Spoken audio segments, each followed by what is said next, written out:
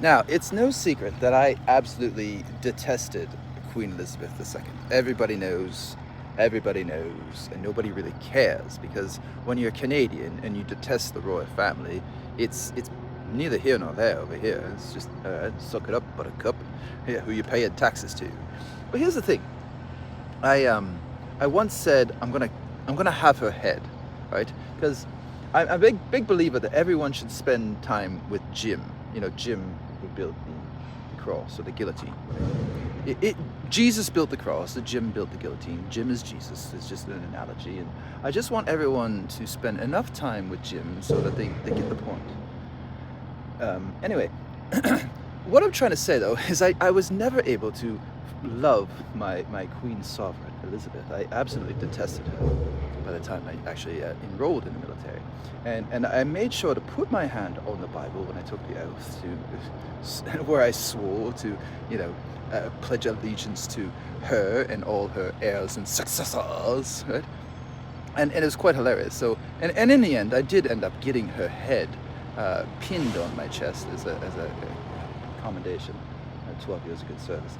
So I did get her head in the end, and then she, unfortunately, or fortunately actually, just months after not even months, like I want to say weeks after my last day of service, her life expired.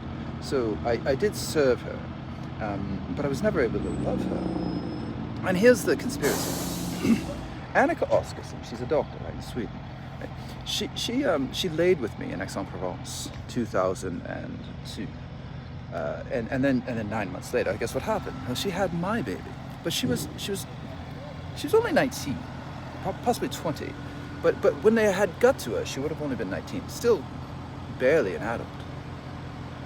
My concern is that the ovum that was placed in her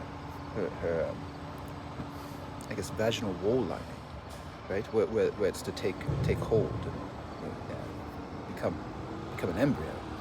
My fear is that the ovum used may not have been Annika's, and they may have even extracted an ovum from Queen Elizabeth herself, the second, and then inseminated Annika, so that Elizabeth's child was born the same time my child was. And now, am I the last male heir of King Richard II? And the answer is no, because there's so many boys out there now.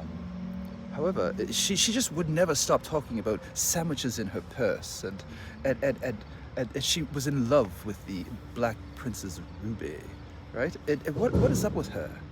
I love her now.